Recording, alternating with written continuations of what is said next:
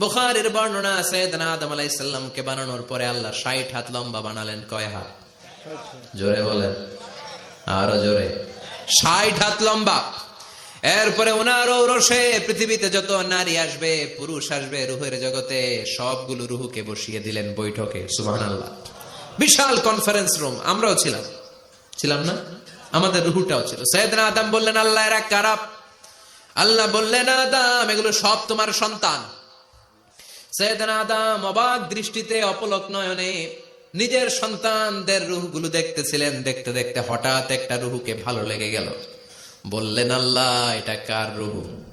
আল্লাহ বললেন, এটা দাউদ আলাইহিস সালামের রূহ। পড়েন সুবহানাল্লাহ। আল্লাহ এটাকে দেখতে বড় ভালো লাগে, কার রূহ? এটা তোমার ছেলে নবী হবে, নবী দাউদের রূহ। কাম উমরুহ, আল্লাহ দুনিয়াতে সে কয়দিন বাঁচবে? আল্লাহ বললেন, 40 সানা, 40 বছর। কয় বছর? সবাই বলেন, কয় বছর? 40 বছর। সাইয়েদনা আদম বললেন, মাবুদ আমার এত সুন্দর কলিজার টুকরা সন্তান দাউদ আলাইহিস সালামকে দুনিয়াতে মাত্র 40 বছর আপনি কেন দিলেন? আল্লাহ, প্রথম মানুষ এবং নবী হিসেবে আপনার কাছে ফরিয়াদ করি, আমার ছেলে দাউদের বয়স বাড়ায়া দেন। আল্লাহ কয়, না, হাযা কদ কুতিবা, এটা লেখা হয়ে গেছে। রুফিআতিল আকলাম ওয়া জাফফাতিস সুহুফ, লিখে ফেলছি, কলম শুকায় গেছে, কালি শুকায় গেছে, এটা চেঞ্জ করা যাবে? সাইয়েদনা আদম বললেন, আল্লাহ আমি বাঁচবো কয় বছর? কয় তুমি থাকবা কয় বছর? আলফুসানা, 1000 বছর। মনে আছে? আল্লাহ আমার 1000 বছরের দরকার নাই, আমি আমার 1000 বছর থেকে 60 বছর আমার ছেলে দাউদরে আমি দিয়ে দিলাম। আদম আলাইহিস সালামের 1000 বছর থেকে 60 বছর যদি দান করে দেয়, ওনার আর কত রইল? 940। আর 60 বছর যদি দাউদ নবীর 40 বছরের সাথে যোগ দেয়া হয়, উনি পেলেন কয় বছর? 100। সাইয়েদনা আদম পৃথিবীতে আসলেন, এসে থাকতে শুরু করলেন। দিন গড়িয়ে রাত আসে, মাস গড়িয়ে বছর আসে, বছর যায় বছর আসে। ঠিক 940 বছর পর মালাকুল মাউত আদম আলাইহিস সালামের কাছে আসলেন। বললেন, আনা মালাকুল মাউত উকিলা বিকুম, আপনাদের জন্য আল্লাহ আমাকে বানিয়েছে রূহ কবজ করতে। ও আদম, আবুল বাশার, পৃথিবীর প্রথম মানব, প্রথম নবী, আপনার সময় শেষ, রেডি হন। কি হন? খেলা শুরু হবে, এখনই রূহ কবজ করে নিয়ে যাব। সাইয়েদনা আদম বলে, এখন আসছো কেন? আমার আরো 60 বছর বাকি আছে। মালাকুল মাউত বলে, না, আপনি রূহের জগতে আল্লাহর কাছে আপনার সন্তান দাউদকে কয় বছর দিয়েছিলেন? 60 বছর। এজন্য 940 বছর আপনার জন্য লেখা। আমি এখন আপনার রূহ কবজ করতে চাই। সাইয়েদনা আদম বলে, আমি মানি না, আমি কাউরে দেই নাই 60 বছর, আমি দেই নাই, আমি আরো বাঁচব, আমি আরো বাঁচবো, 60 বছর আমি বাঁচবো, আমি দেইতেই নাই। মিয়া যাও। মালাকুল মাউত আল্লাহর যে বলে, আল্লাহ দেয় নাই বলে, আসলে ভুলে গেছে। আসলে আফাতুল ইলমি আন নিসিয়ান, মানুষ ভুলে যায়, মানুষ বড্ড ভুলে যায়। আমরা অনেক সময় খাইয়াও কই খাই নাই। অনেক কিছু আপনি দিছিলেন কিন্তু ভুলে যাই, গলার নিচ দিয়ে নামার পরে কই তুমি কিচ্ছু দাও নাই। আছে না নাই? নাসিয়া আদম ফানাসিয়া বানু, আদম আলাইহিস সালাম ভুলে গেছেন, তাই আমরাও ভুল করি, ঠিক কি না? এজন্য আমাদের নেতারাও বলে এটা দেব ওটা দেব, নির্বাচনের পর সব ভুলে যায়। আছে না নাই? ওই যে আদম আলাইহিস সালাম ভুলছে, আমরাও ভুলে যাই। ওনাদের দোষ কি? ভুলে যায়, বেমালুম ভুলে যায়। আল্লাহ বললেন, মালাকুল মাউত আর জোরাজুরি করো না, 940 নয়, ঠিক 1000 বছর পরে আদমের কাছে যাবা। আমি আমার আদমের ভাগ্যে এই জিনিসটাই রেখে দিয়েছিলাম রে মালাকুল মাউত, আমি আগ থেকে এটাই রেখেছি। আমি জানতাম সে ভুলে যাবে। চিল্লা এখন সুবহানাল্লাহ। তার মানে পৃথিবীর সবচাইতে লম্বা মানুষ, 60 হাত লম্বা, এত শক্তিশালী আদম আলাইহিস সালাম শ্রীলঙ্কাতে প্রথম নেমেছিলেন। 1 লাফ দিলে আদামাইল চলে যাইতেন। সুবহানাল্লাহ। কি লম্বা মানুষ! থাকতে পারছে? কথা নাই। ঘুমে ধরছে? শেষ করে দেই। হ্যাঁ, আরো কয়েক মিনিট চলবে? চলবে। তাকবীর দেন, লিল্লাহি তাকবীর। আদম আলাইহিস সালাম চলে গেলেন। ওনার পরের নবী ইদ্রিস আলাইহিস সালাম, উনি মরে নাই। ইদ্রিস আলাইহিস সালাম মরছে, কে বলছে? উনিও মরেছেন। তবে ওনার মৃত্যুর আজীব এক ঘটনা আছে, অনেক লম্বা কথা। এক ফেরেশতার সাথে ওনার বন্ধুত্ব হয়েছিল। বলেছিলেন, আমি আকাশ দেখতে চাই, আল্লাহর কাছে অনুমতি চাই। আল্লাহ বলল, ঠিক আছে, ইদ্রিসকে আকাশে ঘুরাও। প্রথম আকাশে ঘুরলেন, দ্বিতীয় আকাশে ঘুরলেন, তৃতীয় আকাশে ঘুরলেন, চতুর্থ আকাশে ঘুরলেন। ইন দ্য মিন টাইম চতুর্থ আসমানে মালাকুল মাউত পৃথিবীর দিকে নেমে আসছিল। ওই ফেরেশতা বলে, মালাকুল মাউত আপনি কই যান? মালাকুল মাউত বলে, একটু আগে আল্লাহ ফরমান জারি করেছে, চতুর্থ আসমানে আমার নবী ইদ্রিসের রূহ কবজ করো। সুবহানাল্লাহ। আমি বললাম, আল্লাহ আপনার পাঠানো নবী সৈয়দনা ইদ্রিস থাকে দুনিয়ায়, চতুর্থ আসমানে পামু কই? আল্লাহ কয়, কথা নাই, দৌড় দে। আমি দৌড় দিলাম, এসে দেখি ইদ্রিস আলাইহিস সালাম এখানে রেডি। সুবহানাল্লাহ। ওয়া রাফা'নাহু মাকানান আলিয়্যা। ইদ্রিস আলাইহিস সালামের রূহ কবজ দুনিয়ায় হয় নাই, চতুর্থ আকাশের মধ্যে হয়েছে। একটু চিৎকার করে পড়বেন সুবহানাল্লাহ। এরপরে সুলাইমান আলাইহিস সালাম, উনি তো মরে নাই, মরছে? উনি জিন চালাইতো, উনিও মরবে? শক্তিশালী একজন নবী ছিল। উনি মালাকুল মাউতকে বলেছিলেন, মালাকুল মাউত আমার মৃত্যুর সুয়াইয়া, সামান্য কিছু আগে আমারে বইলো, আমার একটা কাজ আছে। মালাকুল মাউত মৃত্যুর কিছু সময় আগে এসে বলল, সুলাইমান টাইম ইজ আপ, সময় শেষ, অল্প কিছু সময় বাকি, কি করবেন করেন। সাইয়েদনা সুলাইমান জিনদেরকে ডাকলো, ও জিনেরা, বিশাল একটা প্রজেক্ট আছে, প্রজেক্টে কাজ শুরু করো। আর কিছু জিনকে বলল, চারদিকে গ্লাস ফিটিং করা একটা রুম বানাও। সাইয়েদনা সুলাইমান আলাইহিস সালাম গ্লাস ফিটিং করা রুমের ভেতরে ঢুকলেন। এই রুমে ঢুকার দরজা নাই, হাতে একটা লাঠি নিলেন। কি নিলেন? লাঠির মধ্যে ভর করে দাঁড়িয়ে রইলেন আর জিনদের দিকে তাকিয়ে রইলেন। জিনেরা এত বদমাশ ছিল, সাইয়েদনা সুলাইমান দাঁড়িয়ে না থাকলে কাজ করতো না। ছিল ফাঁকিবাজ। কি ছিল?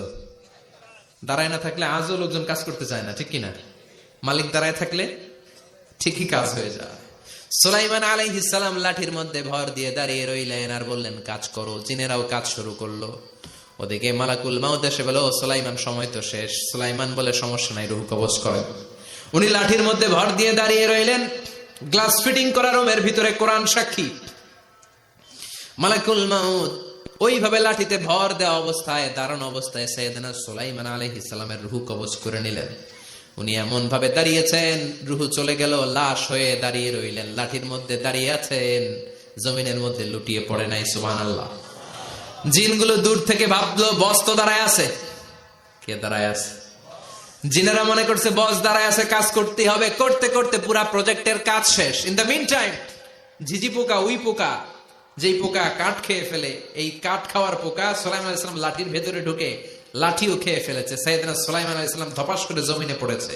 আর জিনেরা কয়, হায় হায়, খালি খালি কাম করছে এতদিন। সুবহানাল্লাহ কইবেন না?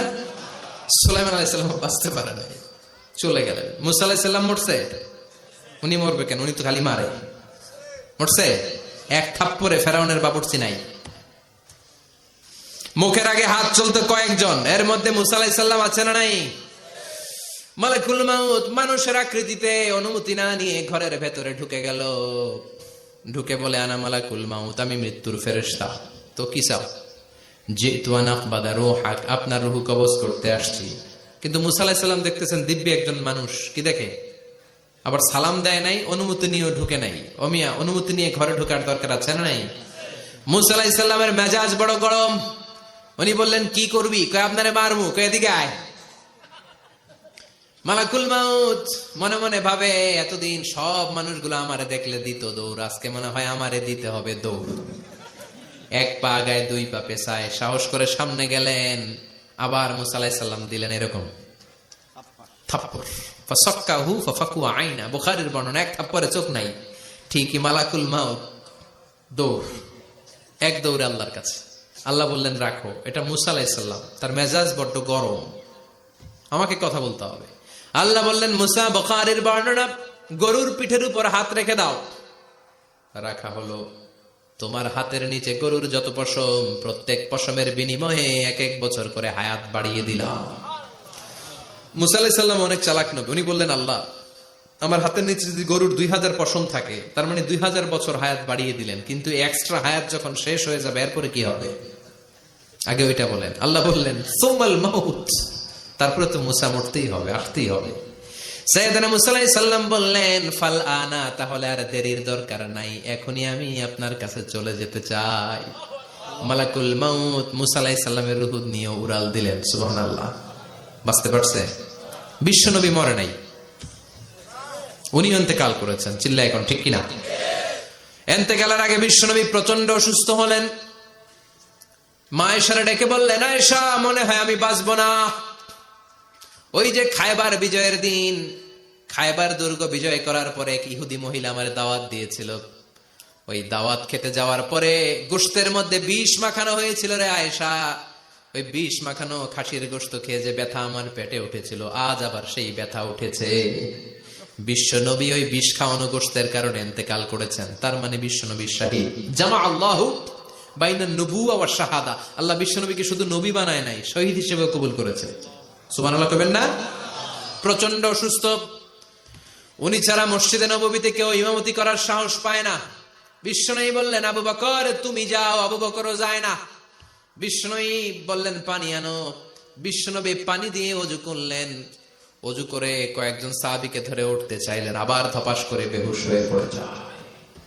বিশ্বনবী উঠতে পারে না। আবার বললেন, ঠান্ডা পানি আনো। পানির ভেতরে বিশ্বনবী 2 হাত ঢুকিয়ে দিয়ে ঠান্ডা ভিজা হাত দিয়ে চেহারার মধ্যে মাসে করলেন আর বললেন, ইন্নালিল মাউতি লা সাকারাত। হায়রে মৃত্যুর কি যন্ত্রণা, হায়রে মৃত্যুর যে কি কষ্ট। ও মিয়া, বিশ্বনবী যদি মৃত্যুর কষ্টে কাতরায়, আমাদের অবস্থা কি? আমাদের নসিবে কি আছে? আল্লাহ তুমি বাঁচাও, পড়ে না আমিন। বিশ্বনবী কাঁদছেন, সাহাবারা একের পর এক দেখতে আসে। কান্নার রোল পড়ে গেল চারদিকে। বিশ্বনবীর কলিজার টুকরা নয়নের পুটুলি সাইয়্যিদাতুনা ফাতিমা বিশ্বনবীর কান্না সহ্য করতে পারে না। বিশ্বনবীকে ধরে মা ফাতিমা, সাইয়্যিদাতুনা ফাতিমা বিলাপ করা শুরু করে দিলেন, চিৎকার দিয়ে কান্নাকাটি শুরু করে দিলেন আর বললেন, ওয়া কুরবাবা, ওয়া কুরবাবা, হায় হায় আমার বাবার কি কষ্ট, আহা আমার বাবার কি কষ্ট হচ্ছে। বিশ্বনবী বললেন, ফাতেমা তুমি কেঁদো না, আমার কষ্ট আজকের পরে আর থাকবে না। আজকে তোর বাবার সব কষ্ট বন্ধ হয়ে যাবে। কি যেন কানে কানে বললেন, ফাতেমা আরো কেঁদে দিল। আবার কানে কানে কি যেন বললেন, ফাতেমা হেসে দিল। বিশ্বনবীর ইন্তেকালের অনেক পর মা আয়েশার কাছে ফাতেমা বললেন, আমি যখন প্রথমে কেঁদেছিলাম আব্বা বলেছিল আমি আর বাঁচব না রে ফাতেমা। আবার কানে কানে একটা কথা বলার পরে হেসেছিলাম, আব্বা বলেছিল আমার পরে আমার পরিবার বর্গের মধ্য থেকে সর্বপ্রথম তোমার সাথে আমার দেখা হয়ে যাবে রে ফাতেমা। অল্প কয়েক মাসের ব্যবধানে সাইয়্যিদাতুনা ফাতেমা উনিও ইন্তেকাল করলেন। বিশ্বনবী শোয়া থেকে উঠতে পারে না। এক সাহাবীকে দেখলেন মেসওয়াক করছে। বিশ্বনবী মেসওয়াকের দিকে তাকিয়ে রইলেন। বিশ্বনবীর নিথর দেহটা পড়ে আছে। আয়েশারা যে বলবে, আয়েশা মেসওয়াক দাও, বলতে পারে না। মা আয়েশা বুঝতে পেরে মেসওয়াক আনলেন, বিশ্বনবীকে মেসওয়াক করিয়ে দিলেন। এবার বিশ্বনবী বললেন, ও আবু বকর শোনো, আল্লাহ আমাকে অপশন দিয়েছে। কি দিয়েছে?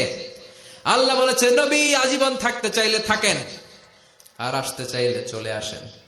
আমি থাকতে না চেয়ে আল্লাহর কাছে চলে যাওয়ার ইচ্ছা করলাম। সাইয়েদনা আবু বকর কান্না জুড়ে দিলেন। বিশ্বনবী বললেন, আসসালাত আসসালাত, ও আমার উম্মতেরা নামাজ তরক করো না। ইন্তেকালের আগে বললেন, নামাজ ছেড়ে দিও না। আর বললেন, ওয়ামা মালাকাত আইমানুকুম, তোমাদের অধীনস্থ কর্মচারীদের সাথে খারাপ আচরণ করো না। ঘাম শুকানোর আগে পয়সা দিয়ে দিও। আর হাত দুটো উঁচু করে বললেন, আল্লাহুম্মা ইলার রাফিকিল আলা, ও আল্লাহ আমি আপনার কাছে যেতে চাই। এই কথাটা বলে বিশ্বনবীর হাত দুইটা ধপাস করে জমিনে পড়ে গেল। বিশ্বনবীও চলে গেলেন।